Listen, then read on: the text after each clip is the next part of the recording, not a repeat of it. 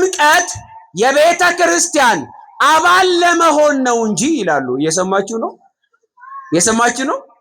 ጥምቀት የቤተ ክርስቲያን አባል ለመሆን ነው እንጂ ለመዳን አይደለም የምንፈጽመው። እንደውም የአንድ የእምነት ተቋም ዶክትሪናቸውን ካነበብኩት መካከል የውሃ ጥምቀት፣ የጌታ እራት ይልና ሁለቱንም ይዘረዝራል። የመጀመሪያው የውሃ ጥምቀትን ሲያብራራ ምን ይላል መሰላችሁ?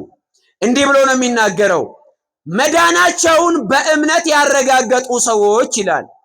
ጥምቀት ማለት መዳናቸውን በእምነት ያረጋገጡ ሰዎች ከጌታ ጋር በሞቱና በትንሣኤው ሊተባበሩ የሚፈጽሙት ሁሉም ክርስቲያን፣ ሁሉም የዳነ ሰው ሊያከናውነው የሚገባ እንዲሁም ደግሞ የቸርች ወይም የቤተ ክርስቲያን አባል ለመሆን የሚፈጸም ተግባር ነው ብሎ ያነሳል። ይሄ ትልቅ ክህደት ነው።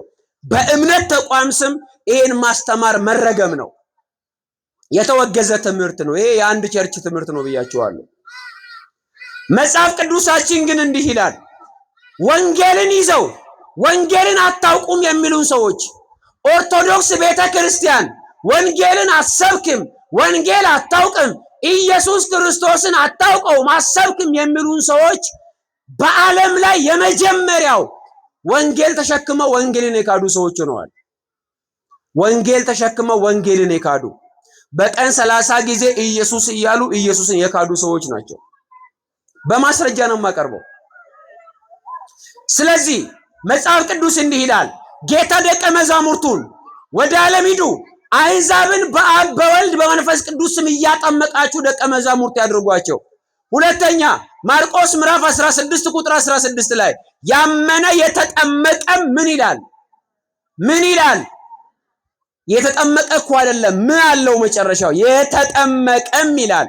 ያለ ጥምቀት መዳን አይቻልም። የሚያስገርመውን አንድ የመጽሐፍ ቅዱስ ክፍል ነው በዚህ ጉዳይ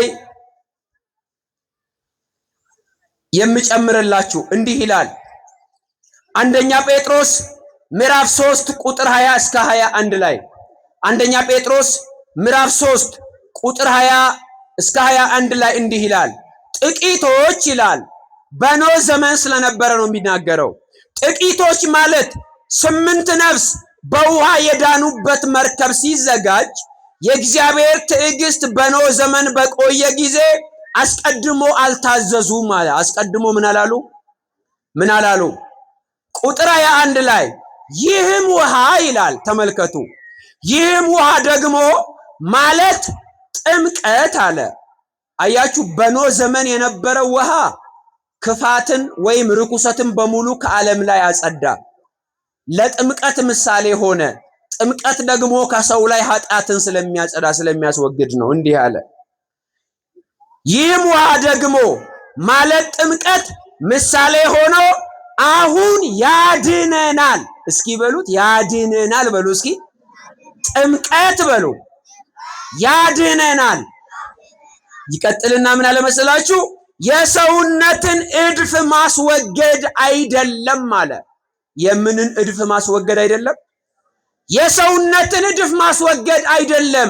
ጥምቀት ማለት ሰው የሰውነቱን እድፍ የሚያስወግድበት አይደለም። በኖህ ዘመን ለነበረው ውሃ ምሳሌ ሆኗል። ይህ ውሃ ማለትም ጥምቀት ደግሞ አሁን ያድነናል። ያለ ጥምቀት መዳን አይቻልም። አንድ ግለሰብ ከትንሽ ጊዜ በፊት በራሱ ሚዲያ ላይ እንዲህ ሲል ሰምቼዋለሁ። አንድ ሰው የሚድነው በእምነት ብቻ ነው ካለ በኋላ አንድ ሰው የሚድነው በእምነት ብቻ ነው ካለ በኋላ ቀጥሎ ምን ይላል መሰላችሁ? ውሃ አለ፣ ውሃ እድፍን እንኳን ማስወገድ አይችልም። ምንም ማስወገድ አይችልም። እድፍን እንኳን ማስወገድ አይችልም። ይሄ በጣም ነውር እኮ ነው። ነውር፣ ትልቅ ክህደት እኮ ነው። ጥምቀት እንኳን ኃጢአትን ሊያጥብ እንኳን ሰውን ሊያድን ይቅርና አለ እንኳን ሰውን ሊያድን ይቅርና እድፍን እንኳን ሊያስወግድ አይችልም በማለት በክርስቶስ ላይ ቀጥሎ ደግሞ በውሃ ላይ ክህደት ፈጽሟል። ውሃ እድፍን አያስወግድም። ውሃ እድፍን አያስወግድም? እድፉን በውሃ እያስወገደ ውሃ እድፍ አያስወግድም ማለት ይሄ ሌላ ክህደት ነው። ነገር ግን በዚህ ሐሳቡ ውስጥ የተመለከተውን ይዩት። ጥምቀት አያድንም ለማለት ይሄን ቃል ሲጠቀም ሰምቻለሁ። ጥምቀት ከክርስቶስ በሞቱ በትንሣኤው ከእርሱ ጋር የምንተባበርበት ነው። ሐዋርያው ቅዱስ ጳውሎስ ምን ብሎ ተናግሯል?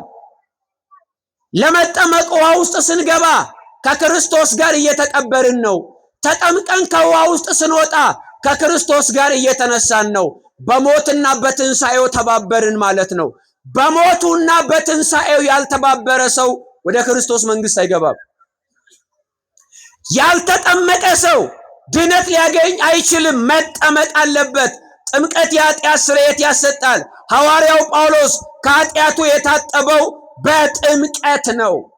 በጥምቀት ነው። የሐዋርያት ሥራ ምዕራፍ 22 ቁጥር 16 ላይ ቃል በቃል ተመልከቱ።